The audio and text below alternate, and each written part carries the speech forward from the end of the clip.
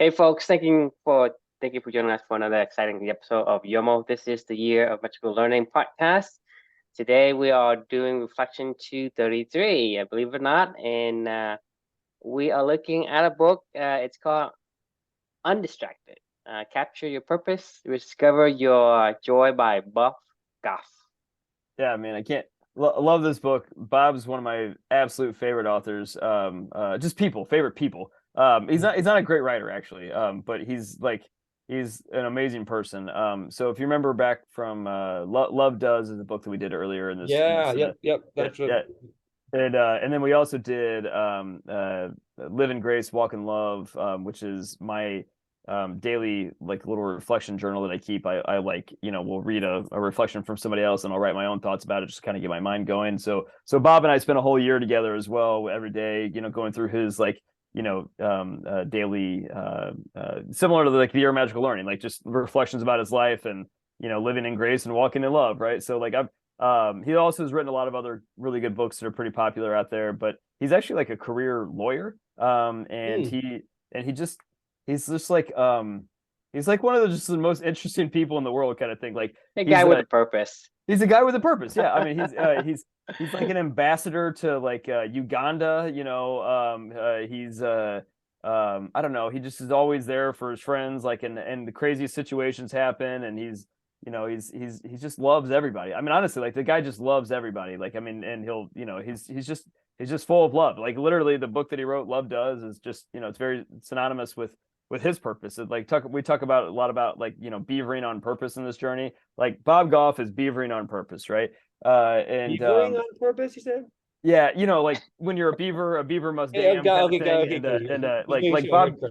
Bob Goff keeps it straight on, on purpose, all day long kind of thing. So a friend of mine recommended this book to me because he was like, "Oh, hey, did you see the new Bob Goff book?" And I was like, "Oh no, I didn't see it," and he was like, "Yeah, no, he just released this book called Undistracted." And I was like, he's like, "You should check it out." And I was like, "Of course, yeah. I mean, it's Bob Goff. I'm all in, so it's fun.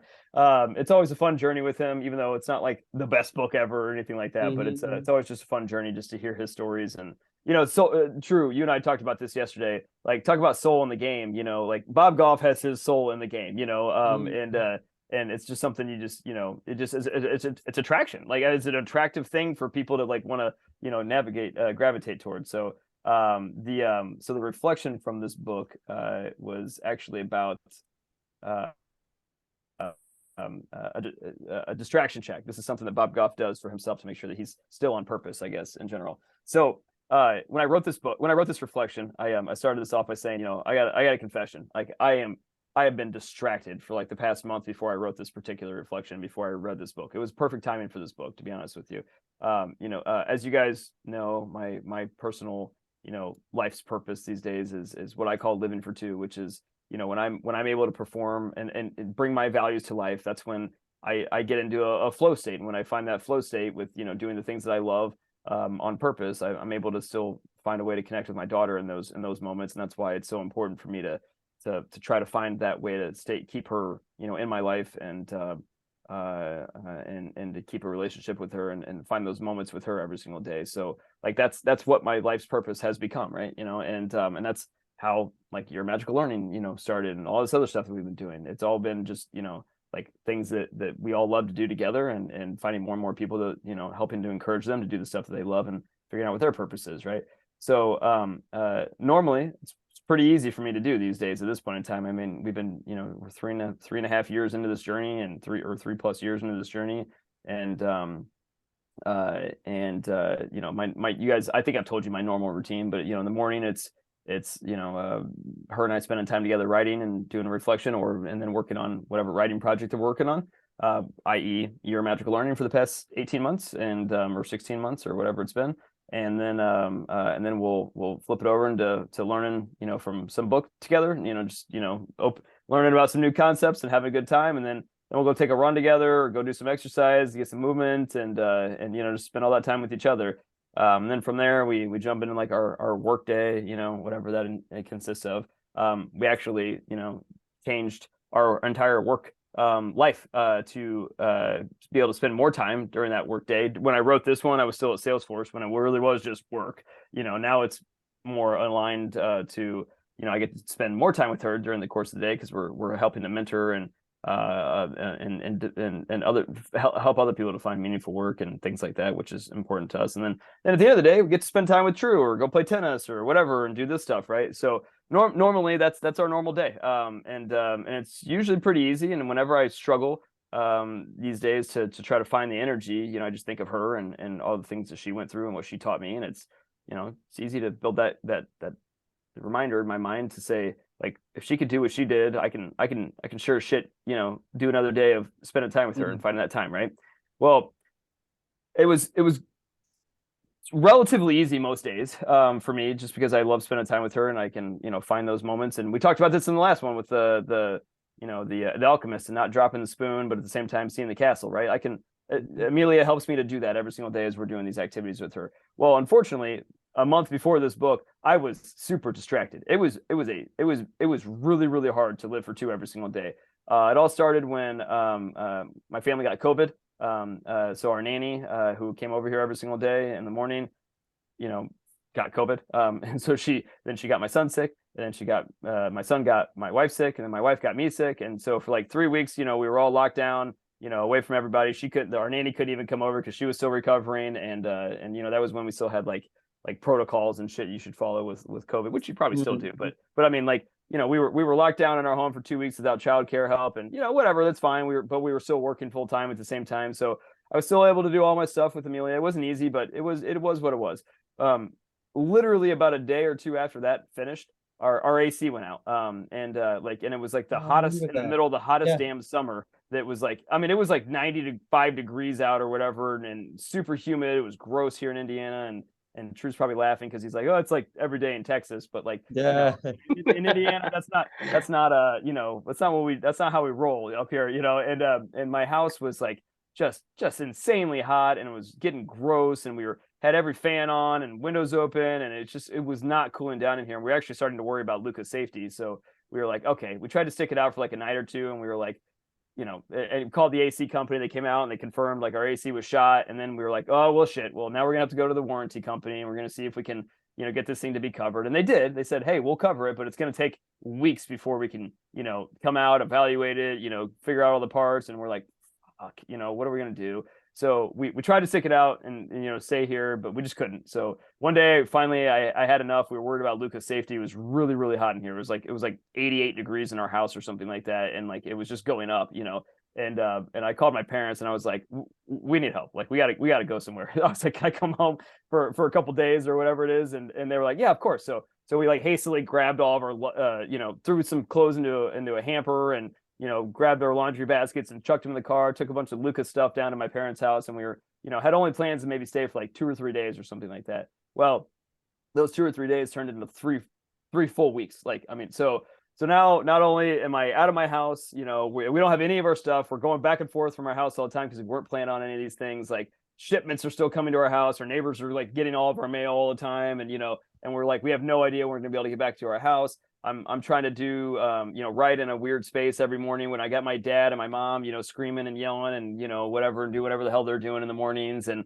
I got, a new place where I can't really work out the way I normally want to, because I'm not, in my own spot. I can't do all these things right. And every day just felt like a slog, and it was just distracting as hell. And my brain was like frying, and I was frustrated with our house and dealing with all that stuff. And then I'm, arguing with the warranty company, and we're still all kind of recovering from COVID a little bit. And it was just a lot. It was getting to be a lot where I was just feeling like overwhelmed. Right. And then I was reading this book at the same time, and it kind of just stopped me, and it reminded me, like, living for two with my daughter has nothing to do with the what that I do every single day. It's the feeling of living the things of doing the stuff that I like to do in this world, and that feeling that I get, and then being able to share that with my daughter. And it's never about the habit or the routine or anything like that, right?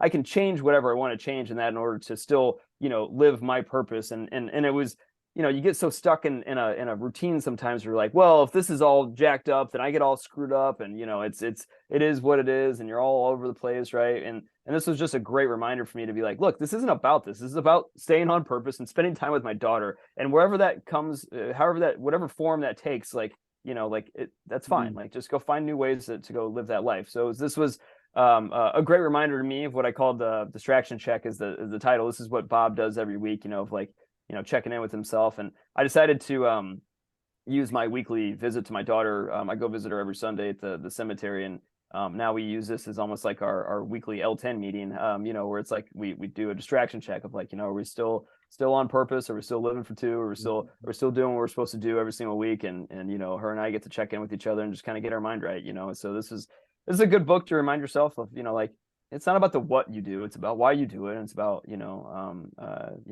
keeping that in mind, right? Like, because routines can change, environments can change, but like, if you have your bearings straight, like it can really help, I guess, overall in terms of reminding yourself what you're doing. So the question for you all, or you can answer whatever, or talk about whatever you want to talk about with this one is what can you do when distractions feel like they're pulling you away from your purpose, how do you keep yourself back in line and remind yourself to, like, what you're doing for, you know what I mean? Love to get your guys' thoughts.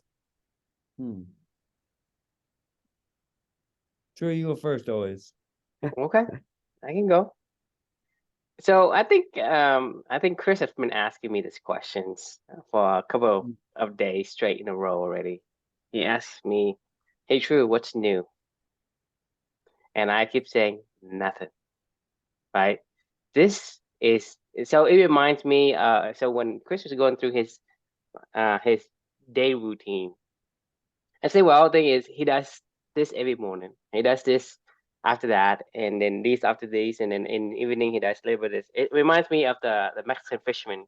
I slept late, I fished a little, I play with my children, take my siesta with my wife, and stroll down the beach, have a cup of coffee, chat with my buddy. So they're talking about asking the fisherman, what's new? What he's gonna tell you? Nothing. Nothing. Nothing. And He's so doing I think stuff, but nothing's new. exactly, nothing's new. So I think the thing is, we also talked about this before, is once you have your compass, your core values that guides you, it doesn't matter what throws you out of your particular normalcy. You're gonna feel like there's something's missing. For example, me and Chris, sometimes we're on this holiday vacation or whatnot, and we don't do this on a normal schedule time. Those days, for me, at least for me, it feels like something is missing, something's out of line. And I was trying to keep looking at my compass, hey, what am I supposed to do right now? It's like, so that's the thing is, once you instill a certain habit, a certain principle, whenever you get distracted, it's essentially a signal, a radar that tells you, hey, you're not in the same realm of whatever that you in control. So it should let you know. You should know that you're distracted. And a lot of times, we can't really control what happens to us, just because we just don't. Things just happen, and sometimes we will push things happen to us. So that's what I'm saying is, I think if you understand the habits that you would really, really like to keep, whatever that habit is, just like a Mexican fisherman or like me, I just do the same thing every day. Or what Chris does, everything every day. You ask him, tell me a story. Well, nothing to tell. That if and then when Chris started to tell about his story, he said, okay, you guess what? I got COVID. Then okay, my AC broke down. He is telling a story, but behind that story is the suffering, is the distraction that he got. So to me, having a story isn't always going to be the best thing for a person.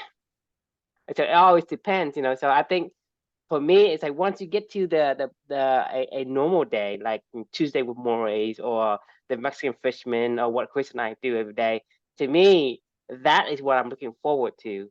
And that, and like I said, not everybody's going to be at that, real cycle immediately, but eventually you're going to get to that point and you're going to feel like this is the kind of life that life is good. Life is comfy. Life is comfy. Life is what I want, what I'm content with. And having that, I think once you do that, and then having the distraction that you have that kind of like veer off your path, you're gonna miss some aspect of it. And when you do that, just remind yourself that, hey, there is a certain things that I don't want, right? Even though I may want it temporarily, does it still align with my core values? And this is what we talked about in the past is that how your core value, use your core values as a compass, and the compass will get you back to where you're supposed to be. And I think having the distractions is going to, you know, I guess it's unavoidable at times. It's like when you get COVID, it's not like, hey, I want COVID or anything like that, or my AC broke or something like that. It's not like you want to, but it happens. But at the same time, for one is that you're out of your elements, and second is like what Chris was saying. There are certain things that it is horrible just because um, that this is not what you're gonna stay in, and you're gonna go back to where you're supposed to be, and your core values allow you to endure that temporary displacement of your, I guess, state of being, of where your elements or your environment it's most compatible, most fitting. Yeah, I agree. So what do you that's I mean, I totally agree with you. I think the key thing that when I'm like remembering this one and or sharing this with you all is you can take away what I do. Like, it doesn't matter what I do every single day as long as I'm doing stuff that I love to do with my daughter. Like even this conversation right But now, that's the right? thing is, Like but the thing is that's once you understand your core values. Hey, I am this kind of person. Because you think about it, a Mexican fisherman doesn't become a Mexican fisherman overnight. He is wise in his, in his um, phases in life. He's understand what he wants, what's important to him. Hey, I want to play with my children. That's important to him. That's why he say, well, that's included in there. I want to have, stroll down the village and talk to my buddies and this. So he knows what's important. So once you understand the core values that you're supposed to have, and whenever you going to get distracted, you not distracted but displaced, like for you, Chris, you get displaced from your home. But because you get displaced from your home, you still your activity still points towards the activities that is aligned to your core values. That's why you're able to endure any kind of random displacement that happens to you. Because if you look at other people who doesn't have, and it's always something happens to them and they always react to it, then they are basically, the at the whim of this randomness, because you react to everything that's there, and so you have no idea where you're supposed to go. And whenever it does, and nothing happens to you, is if you get kicked in one direction, that direction they continue to go down, right? So if for example somebody say, well, somebody robbed me, so they don't understand what kind of person they want to be, what kind of man they want to be. Then they say, well, because somebody robbed me, I'm going to rob someone else, because that direction they get kicked in. Or somebody lied to them, they're going to lie back. And no one's going to say, I'm going to stand on my ground and say I have integrity, so even if people lie to me, I will not lie. So does anyone can do that without knowing what they're supposed to be, what kind of person they want to be? If you know the kind of person you want to be, even though you get displaced, even though you get scammed, you don't can go and scam your friends just because you get scammed by some people on the internet. So having the core values means just that you are not lost, even though you displaced from the location of where you are supposed to be, but you know how to get back to it. And because of that, eventually you're going to get back to where you need to be. right. And that's a big difference. Yeah, no, I agree. No, I'd love to get your thoughts. So jump in here. What do you what do you think about? Whether, we talk about core values or, kind of doing the same thing every day, it's sort of like, becomes, I think of the Atomic Habits book, and sort of like, it's easy to do things once you really create an identity for yourself. And so, yeah, the core values are just things that you identify with, and this is just what I do every day. This is the story I tell myself who I am. And it makes me think about, well, what if you actually just woke up tomorrow, and someone else's brain got put in your brain, and you would be Yeah. you would be in like disarray. And like, I like you talking about what fisherman is it? What is it called? The The what Mexican fisherman. the Mexican fisherman. I mean, like that person designed their life because I mean, sure, there is going to be like things that are changing in the world, but it's important to take care of yourself in terms of like knowing how to structure your day because really we are it's the whole classic thing. Sure, we are the designers of our life. And I think though I can find in myself though maybe I can get too rigid. There's like I don't know, Right. there's the classic yin yang. I love the yin yang thing. It's sort of that like line between the two, I can liken it to just kind of this balance between order and chaos, and it's kind of nice to have an engaged life is sort of a life that's, one foot in and one foot in that in order and one foot in kind of some disorder and kind of like surfing that wave right there. To me that's an engaged life. And but it really just comes down to like, I mean, everybody gets to choose how they want to live their life. And I do believe that, in the concept of distractions, because I think emotions can just be really distracting. And you can get pulled like, oh, that person was a jerk to me, so I'm gonna go be a jerk, And so the kind of the questions here, what do you do when distractions feel like they're pulling you away from your purpose?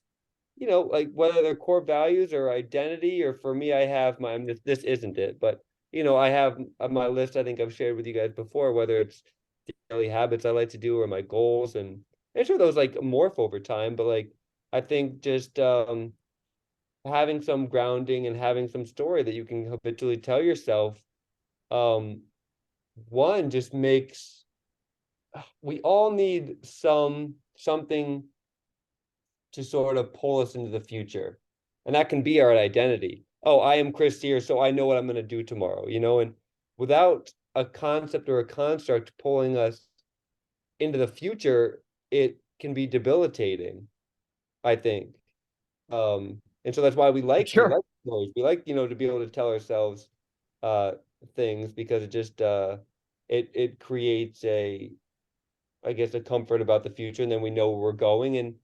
And that and if you want to build something, you kind of have to have that. I mean, like I say, anybody, is it okay for a person to live a wanderous life and not be tied down to any values and do whatever they want? Sure, that's fine. Everybody gets to choose the life they live, but I think all three of us um It's exhausting. like, It's I mean, like yeah, it's not fun. I mean, it can be no. fun. It's like it's a roller coaster. I mean, Yeah, you're it's more of a roller coaster, but right.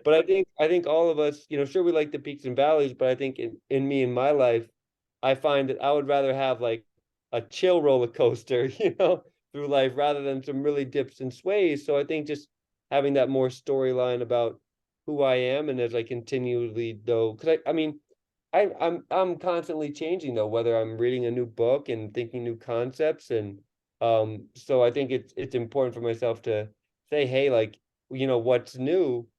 Like, I guess I think about when someone asks me that question, there is going to be new things that are, going on or percolating or maybe like questioning. And, whether it's like that. I love that. I think you guys read that one book, What a Beautiful Question, Hmm. like ask yourself those beautiful questions. And allow, I think, yeah, I think like that balance between the yin and yang, allow yourself to like surf the course of life and take that wave where, you know, I don't know, kind of direct your board you want to go. But I don't know, there's so many, none of us know where we're going to be at in 5 years. But I do think still like though coming back to that story and writing the story that we want to, so we aren't distracted, but we are, oh God, what we could say, rather than distracted, we're like,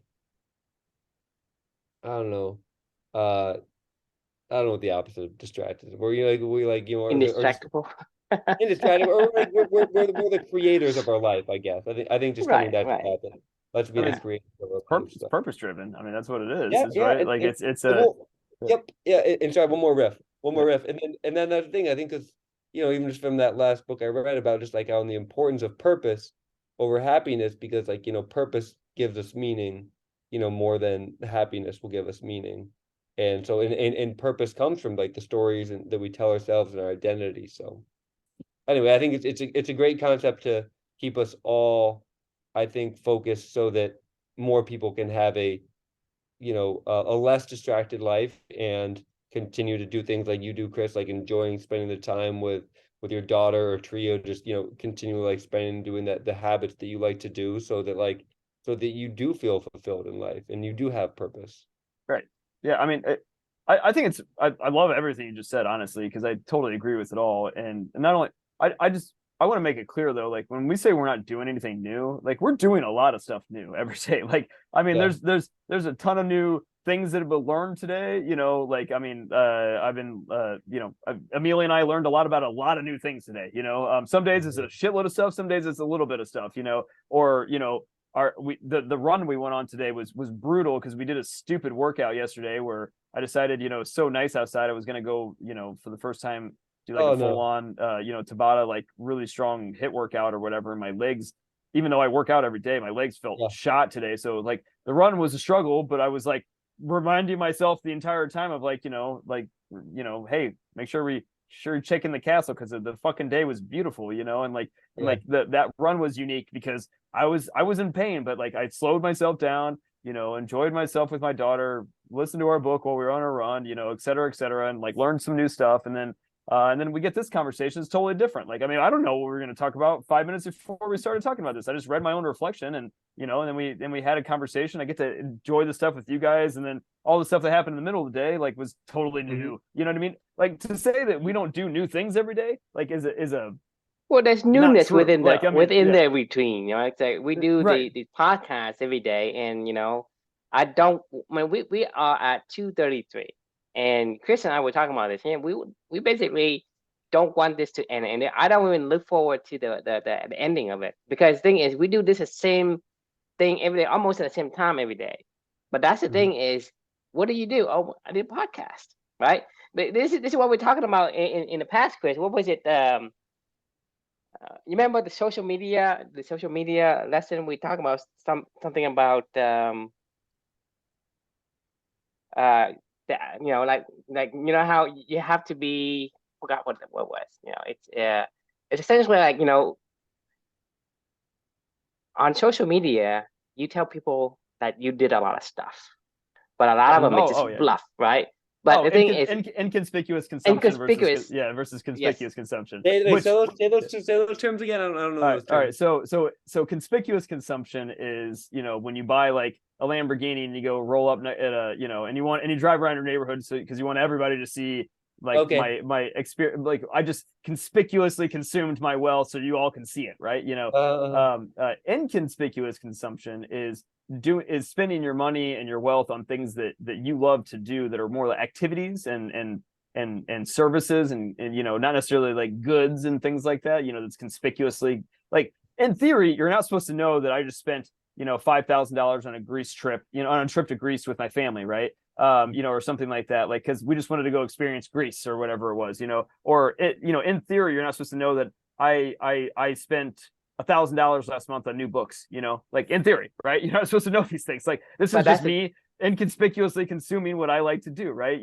But what True's talking about is social media these days has completely bastardized the idea of inconspicuous consumption, because now it's like inconspicuous conspicuous consumption. So like if you go to the yoga studio every day and get your $5 cup of coffee that normally you would have done, for yourself, like, and only for yourself, and nobody would have ever fucking seen that. Now it's like, I got to show everybody that I'm wearing my new Lululemon, $150 yoga pants while I'm on my way to my hot room yoga studio with all my cool friends, and I got my $10 latte on the way there. You know what I mean? Like it's very conspicuous, inconspicuous consumption. You know what I'm saying? Yeah, okay. Yeah. And there's no mystery to it, because the thing is, you think about the inconspicuous consumption, right? Everything's laid out. There's nothing, no mystery in it. Just like when we may mention in that episode about the most interesting man in the world, right? He climbed mountain, he traveled, but you don't know the whole story, right? He tamed a lion or whatever. He did something. You only know just enough to say, well, he did. For example, for Chris, right? He say, well, he has a trip to Greece. He doesn't have to tell you about the trip to Greece and all that. He say the only thing you need to know about him is he took some time off for himself and he traveled a bit. That's all you need to know. And you basically know that, hey, Chris has some other variables and interest that he takes out time for himself. That's all you need to know. That's this is conspicuous consumption, right? Right, Chris? Is that the reverse? No, if I made it known to you that I took that trip, to Greece, and I wanted everybody to know, like, hey, I took a trip to Greece. Like, we're really cool. You know what I mean? Like, that's when the inconspicuous becomes conspicuous. Why do you think people like to let other people know? Because they want them to know. Like, I mean, because it's not enough for them to just feel fulfilled with what they're doing every single day. That's aligning to what they care about. Like, now it's a big show. Like, I mean, dude, you would be mortified if somebody went and spent $100,000 on a Rolls Royce and rolled up in your friend group or whatever. You'd be like, what are you doing? You know what I mean? But nobody thinks twice about spending $5,000 on dinner this month because you went from dinner place to dinner place and took a picture of your food that you're eating on Instagram, or I spent companies like Rent the Runway. You guys ever heard of Rent the Runway? Jen Hyman's company that she people go buy like high fashion clothes and then they rent them out and then they return them because they can't take. It's because of social media. It's because they can't take a photo with the same fucking outfit on social media because it's so important to like people used to buy high fashion just for themselves or maybe to wear it out to like a gala or something like that. That was conspicuous consumption. Now it's like, well, if I buy this, I have to show everybody that I have like a, like I don't I see. So like what I think what True was ultimately trying to get to with this whole entire thing is like it's if I don't do what I do for every day for anybody else but myself and for my daughter, right? Like I don't tell you guys know about this stuff because you're a part of that environment, right? Like I don't tell anybody. No, it's like a distraction almost. It is. Like it is the ultimate abstraction. That's my point. Is that the thing is we do this every day, but there's newness in it. But the thing is, I'm not going to tell you every single thing because the thing is, what's a mystery in it? It's like, we did a podcast, but I'm going out there and I blast to everybody here, we did everything and this and all things happens to me, blah, blah, right? That's not living my value. My value in this scenario is about like learning, right? I'm learning for myself. Whatever that benefit comes, it is what I want. And so having to kind of go and tell people that, hey, what's new? We're going to do new podcast. But the thing is, like Chris saying is the routines is more of like, the routine that points to our directions of what we call as our anchors or point of reference. But inside the routine itself has newness. And having the inconspicuous consumption is the ultimate distraction because you're not doing it for yourself. You're doing it to please others, to basically buy popularity from other people. View more desirable of you for whatever reason. But the thing if that doesn't work for one is even if you drive up to my house with a Rolls Royce or Lamborghini, right? I don't think of you having the ability to buy the Lamborghini. I just say, hey, that Lamborghini is pretty sweet. I imagine myself in it. Your images would never like into my mind. Like whatever you're trying to want me to think of you is not happening. It isn't happening because, right? Because you think about anyone who brings up a Tesla, right? Oh, this Tesla's cool, right? The people is gonna imagine themselves inside a Tesla. They don't imagine the guy who bringing in the Tesla. And so having that is the ultimate distraction because you're spending time and effort and resources on things to get other people to think highly of you. And second, it doesn't work. And also the thing is, it's phony. It's not soul in the game. It's not like go ahead. So I think it's a reality though of a pandemic where people are void because of their inability to find purpose. Because I don't think it's something that we necessarily teach. Maybe it's just supposed to be like assumed people will be able to find. But maybe it's just like our education system doesn't really say how to find purpose, or maybe I'm just complete BSing right now. Maybe that's not true, but I think it does. If our society was able to teach how people could find purpose, I wonder if there would be as much like flaunting or like people just grasping for like little fame. But I think you hit the nail on the head. Yeah, I think you hit the nail on the head with that because that's what we're trying to. That's our mission is to get people to say, well, ask the question, what is your purpose? The problem is people don't ask, so they don't know. So when they don't know, when some condition displaces them, they follow that direction. But there's no anchoring, no human device. Okay, hey, I was faced west, but I need to go back to east. No one has that until they can understand what is it, what kind of people, what kind of person they want to be, what kind of, let's say a kid, what kind of man do you want to be, a girl, what kind of woman do you want to be. And so if a kid doesn't have that thinking yet, he has no anchor. So whenever he gets into a wrong place, he's gonna follow the crowd. There is not there's a very high chance he's gonna do exactly what his friends does. But if he has the ability to know what kind of person he wants to be, he can say no to anything. He can say no to drugs. He can say no to peer pressure. He can no to whatever. And that's like I said, you hit the nail on the head with that. That's the going back, like uncover all these veils. This is what we're trying to get to. Is do you know your purpose? Half the question is, what is your purpose? Have that question asked of yourself. Well, I think because we live in too affluent of a society that way. We remember one conversation we were having. We're like, "Oh, you want to go find a purpose? Go find some pain." You know. So I wonder too. I mean, there's like the classic thing that like affluent times make weak people. Weak people make hard times. Hard times make strong people. Strong people make affluent times. So it's like a cyclical cycle. I mean, people back in the day, I don't think there was this void of purpose, because whatever, you were fighting for your country or something like that, and there was a real right, because there's no opportunity for that. Because if you in a hard time, and somebody, let's say somebody is pressuring you on the street, I don't have time for that. I gotta go fight a war. I mean, you know what I mean. So the thing is, if somebody at home, right, is being oppressed with this, freedom of speech or whatever, like that's tiny compared to the bigger picture of, hey, I gotta protect my country, my family, my fellow men, my countrymen from being invaded. And so if there is some kind of issue with the freedom of speech or some kind of violence at home, and it's no big deal. They're gonna have to take care of themselves. We don't go back as a society and say, okay, oh, what you did there is wrong. We don't actually do that because there's not an opportunity for us to do that. We occupy elsewhere.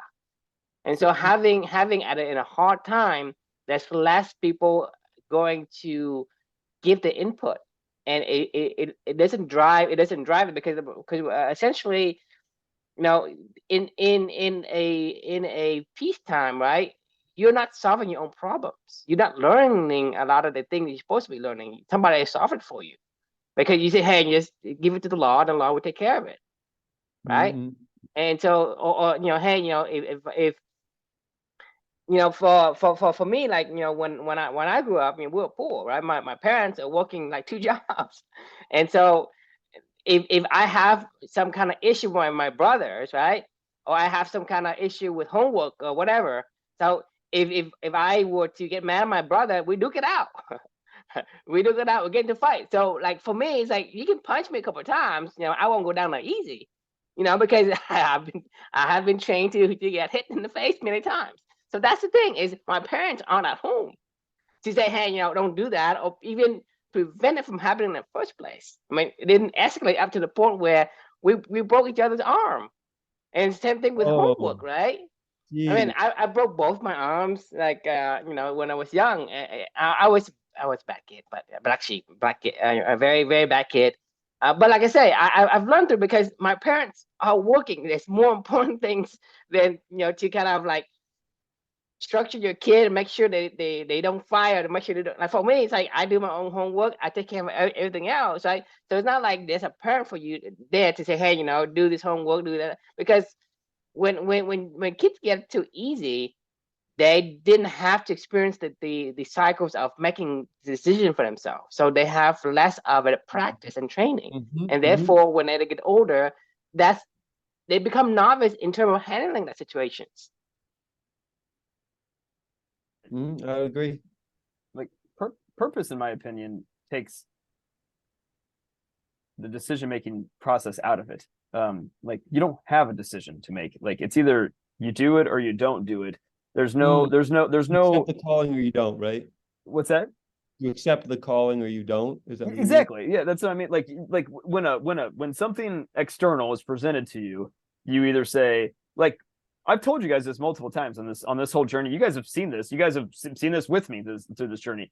Like when Felicia was in the when Luca was in the hospital for 92 days, or when Amelia was in the hospital, or when Felicia was in the hospital for multiple days or whatever. I still found ways to do everything that I wanted to do. It didn't matter where I was or what environment it was, because I didn't have a choice. It was like, oh, okay, well, we're in a new environment. Let's figure out this new wrinkle that got thrown into it. It was no different than this scenario I was giving you guys, but like this one was it was extended, and I wasn't expecting it, so I wasn't prepared for it, to be honest with you. Like all these things just kept getting like it was like a new wrench and like a new wrench and like a new wrench, and finally I was like, Jesus Christ, like when can I even just get like 5 seconds to like get my bearings together to be able to to make the decision of what I need to do to make sure that I can recalibrate in this environment. But I get long story short though, I don't really think of it as a yes or no decision. It's either if I'm presented with something, it's that way, or it's nothing else. You know what I mean? Like there's only one path that gets illuminated for me. Like, but when you're distracted, it's either it's a line or it's not a line. I mean, exactly. That's just the thing. There's no debate.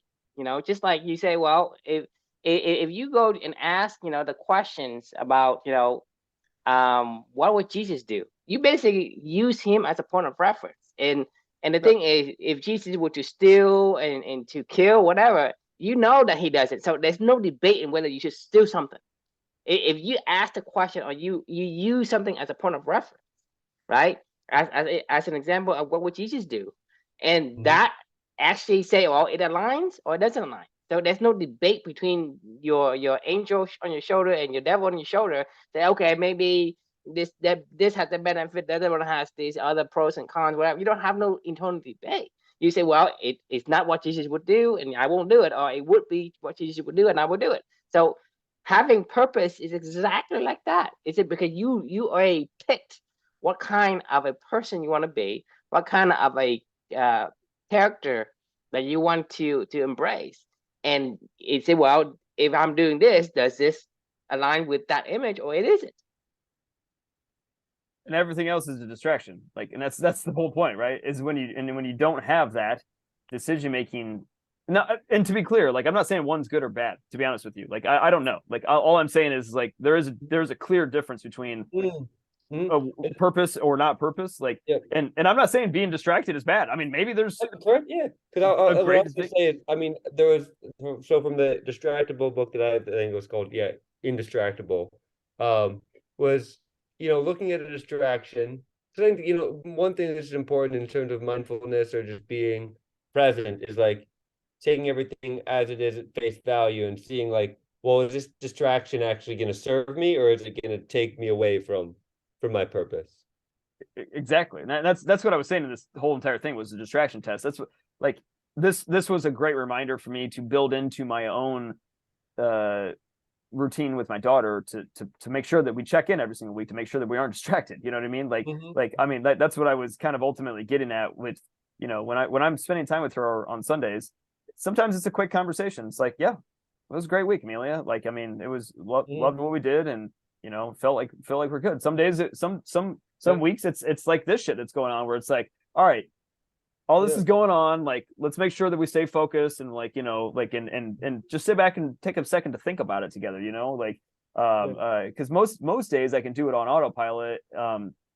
Not to say that I'm on autopilot. I'm just saying most of the times, my decision, like you mentioned with Atomic Habits, like the life has been built around, making sure that these things are able to be done easily and just naturally aligned. Right. When that gets taken away, then I have to start to really think.